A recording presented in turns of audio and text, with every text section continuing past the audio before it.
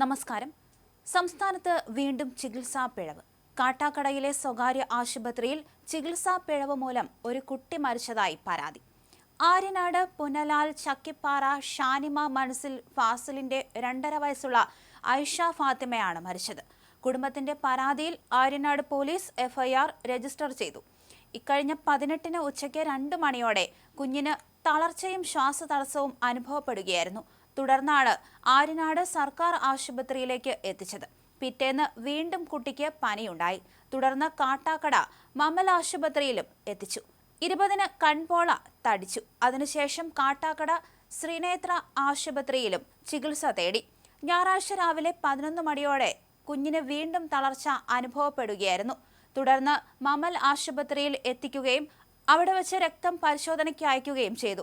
ശേഷം ശ്വാസതടസ്സത്തിന് ആവി പിടിച്ചും ഓക്സിജൻ കൊടുക്കുകയും ചെയ്ത ശേഷം കയ്യിൽ 2 ഇഞ്ചക്ഷൻ കൂടി കൊടുത്തു. ഇതോടെ കുഞ്ഞിന് അസുഖം കൂടി.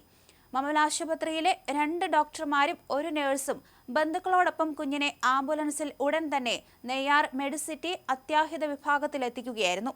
ഉച്ചയ്ക്ക് 12:55ഓടെ കുഞ്ഞ് മരിച്ചതായി ഡോക്ടർമാർ അറിയിച്ചു. മൃതദേഹം നെയ്യാർ മെഡിസിറ്റി മോർച്ചറിയിൽ സൂക്ഷിച്ചിരിക്കുകയാണ്. പോസ്റ്റ്മോർട്ടത്തിന് ശേഷമേ കുഞ്ഞ് എങ്ങനെ മരിച്ചു എന്നുള്ള കാര്യത്തിൽ വ്യക്തത വരൂ. എന്തായാലും തുടർച്ചയായ ചികിത്സാ പിഴവുകളാണ് ഇപ്പോൾ സംസ്ഥാനത്ത് സംഭവിച്ചുകൊണ്ടിരിക്കുന്നത്. കഴിഞ്ഞ ദിവസം ഇത്തരത്തിൽ നിരവധി പേരാണ് വീണ്ടും പരാതി ഉന്നയിച്ച് രംഗത്ത് വന്നത്.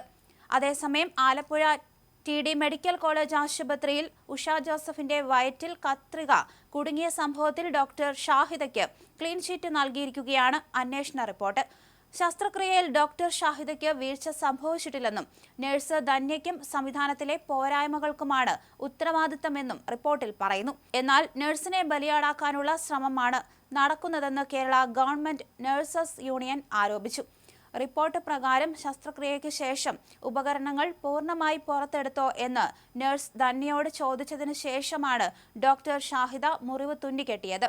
ഡോക്ടർ നടപടിക്രമങ്ങൾ എല്ലാം പാലിച്ചിട്ടുണ്ടെന്ന് സർജന്റെ റിപ്പോർട്ടിൽ രേഖപ്പെടുത്തിയിട്ടുള്ളതായും അന്വേഷണത്തിൽ കണ്ടെത്തിയിട്ടുണ്ട്.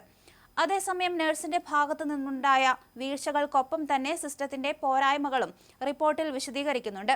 കോവിഡ് കാലഘട്ടത്തിൽ നടന്ന ശസ്ത്രക്രിയയിൽ ജീവനക്കാർ പരിമിതമായിരുന്നു.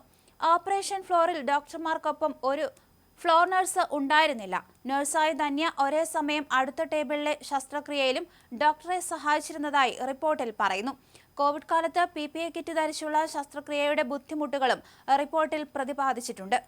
ഓരോ ദിവസവും നിരവധി പേരാണ് ഇത്തരത്തിൽ ചികിത്സാ പിഴവ് ആരോപണവുമായി രംഗത്തെത്തുന്നത്. അതിന് പിന്നാലെയാണ് ഇപ്പോൾ ഈ അവസാനത്തെ ഒരു മരണവും സംഭവിച്ചിരിക്കുന്നത്. എന്തായാലും പോസ്റ്റ്മോർട്ടത്തിന് ശേഷം മാത്രമേ കൂടുതൽ കാര്യങ്ങളിൽ വ്യക്തത വരൂ.